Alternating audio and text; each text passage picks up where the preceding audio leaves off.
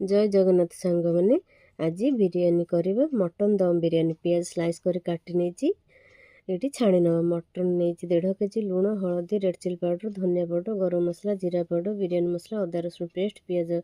छणा को ये हाथ में गुंड कर पकईवा हाथ में ये गोल नवा दही 200 ग्राम नहीं ये आउ थे गोल नवा 20 मिनिट रेस्ट करने छाड़ीदे। ये बिरियानी चाउल नहीं 1.5 केजी मटन नहीं 1.5 केजी पूरा सेम नहीं पानी दे चाउल को भिजाई 10 मिनिट ये रखा ये पानी गरम हो गला गोटा मसला ये ऐड करवा 1 चामच लुण 1 चामच घी दबा ये चाउल को भल कि धोई ये पकईवा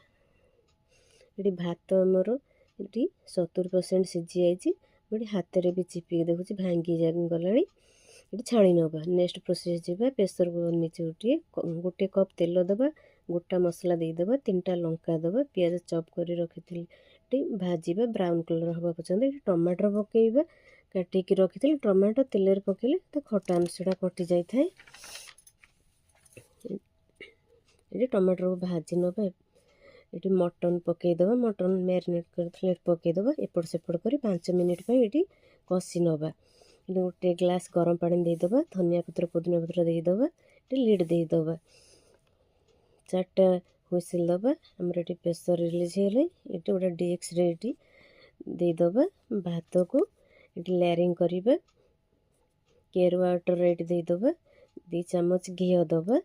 ये पियाज छणा को ये देदेबा मीठा लिक्विड ये देदेबा बिरियानी मसला ये ऐड करवा केसर गोलई रखी घी क्षीर रे देदेबा धनिया पुदीना पत्र ये देदेबा फल पेपर ये कवर देदेबा